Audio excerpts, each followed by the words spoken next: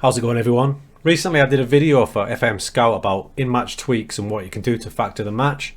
Here it is now. Okay, your first one is change your attacking width depending on how your opposition are defending. In this example, the defence are defending really narrow. They're trying to squash the space in the middle of the pitch. So if we come down to our team instructions, get it out to wide or even extremely wide, that's going to open the play up a bit more, force these centre backs to come out here, and hopefully produce more gaps for our strikers. Okay, number two, on a similar theme of dominating the match, like we were doing here, we're having plenty of shots, loads of the ball, 66 possession, but we weren't quite making the best of it. It's time to turn on, work ball into box. We've all had it. We've had games where you've had loads of shots, but you're just not making the breakthrough. It's probably because the chances you're creating aren't as good as they could be. Putting work ball into the box will mean your players will be a bit more patient and wait for the better chance. It's a great tactic to use, especially if your possession is absolutely dominant like we are here. Third one, adjusting your tempo. This can be for defensive reasons or attacking reasons. I quite often start out with a lower tempo, even if I'm an attacking team. It's just like the way I like to play. But if I'm struggling to break a team down and we're dominating possession, then I might crank it up a bit, get that tempo up a little bit higher and force the opposition around a bit more. Now, on the flip side, if I've started off with a higher tempo and we're not playing too great and we're struggling for possession, it's probably time to back off a bit and lower the tempo. This can also be a good tool if you're trying to hold on to a lead and keep hold of the ball. Lowering the tempo will mean your passing should be a little bit more precise. Now, if you don't feel like your team are applying enough pressure and they're not dominating in a way you would like, it could be time to push up your defensive line. By pushing up your defensive line, possibly to higher or even much higher, you're going to box in the players a bit more. There's going to be more pressure on them. You're going to force a higher block. There's going to be nowhere for the opposition to go. Just bear in mind that the ball over the top would then be a danger. You guessed it, it's the exact opposite if you're trying to hold on to a lead and you feel like you're pressing up too high.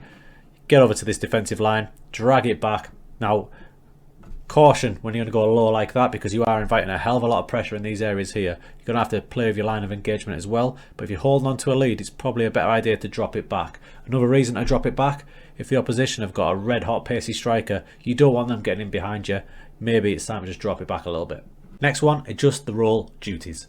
So for example, if I'm dominating the match but I'm still not breaking down the team, let's have a little look at my squad here. I've got a few on support and a few on attack. If there's gaps down the wide areas, why not have a look at this? And support is going to be playing angle through balls from a bit further back. But if there's space, adjust it to attack. That'll mean he's going to concentrate on getting further up and down these areas rather than sitting here. So if there's space to play with, adjust the duties, get him on attack, exploit the gaps. That can go for all roles, not just wing backs. I could even change deep line forward, for example. If he's not getting enough of the ball, maybe he's too far up, dropping him to a support duty, we'll just pop him more into these areas there and get him a little bit more involved. You can take it a step further by not only changing the duty, but you can change the role as well. Maybe, for example, you feel like your midfield's getting a bit exposed. De Bruyne there's in an advanced playmaker role. I can comfortably change him to a deep line playmaker. It's not going to affect the team shape, and you'll be comfortable playing that way.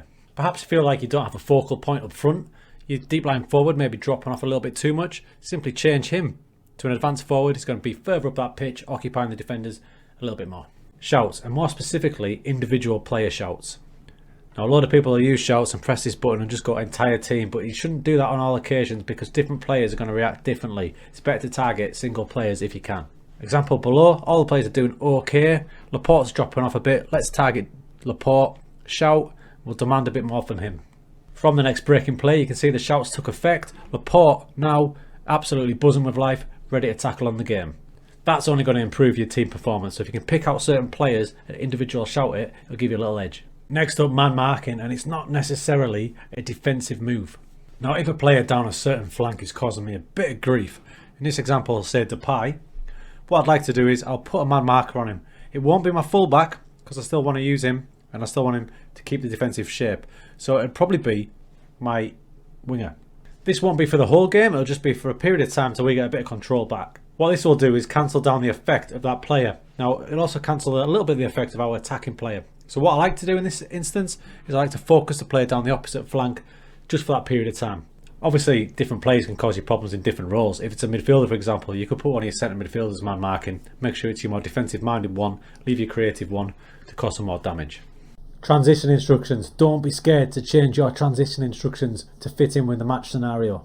Counter press, for example, is a massively popular team instruction, but just be wary of it. You can see by the picture there that it instructs all your attacking players, other than your defenders, to go searching for the ball. They'll leave their position and they'll go for the ball. Great from the start of the match, and when you're attacking and trying to get that goal, it's a great technique. But don't be scared to drop it off, get rid of it if it's not going to plan. If you find that your opposition are getting too much space, your players are getting pulled around a bit, it's probably because that team instruction's sending them all over the place. Maybe it's time to drop it off. Here you'll have two options. You can either take it off and go with regroup, so the players will, instead of chasing after the ball when they lose it, they'll just drop back into their positions. Or, and this is one I like to do if I've got a team with good mentals, is take it off completely. Have neither. What that'll do is, the players will judge the situation, judge the match scenario, they'll decide whether they counter press, they'll decide whether they need to regroup. That's why watching in comprehensive is kind of important in big games, because you're able to judge the match scenario that little bit better. And finally, mentality.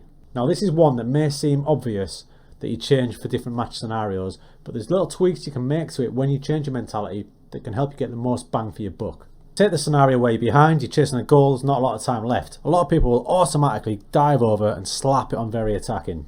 Now what you've got to remember is, change your mentality may also change the way your team plays. So if you've got your team set up playing a certain way, and you suddenly change mentality on them, some of the team instructions aren't going to coexist really well. Now this example should show you what I mean. It's positive mentality with short passing, patient play and work ball into the box. None of these team instructions are going to go particularly well with a very attacking mindset. So if we suddenly flip it to very attacking and we keep some of these on, it's going to counteract each other and the new mentality won't be as effective as it possibly could be. So when you flip to very attacking, then go back to your team instructions and change your team instructions to coincide with a very attacking mentality. Work ball into the box is for patient, possession based teams. Take that off straight away. Play out defence, same thing. We want the ball forward fast, we don't want to be dilly-dallying. Get that off. The tempo and the passing directness is not what we need. Remember, very attacking is faster, direct, attacking minded. So we need to change those over as well. So we bump these up as well. Pass directness, tempo, higher, both of them. Attacking width, spread the game as much as we can. Let's get that out wide. So just by doing those few changes, you're going to get the most out of your new mentality. Alright crew, hope you found that useful. Now just remember though that a lot of those quickfire tips I went into are going into a lot more detail on this channel in the Get the Edge playlist. So if you want more info, just have a little look there, where we go more into the weeds of each one, really pull it apart.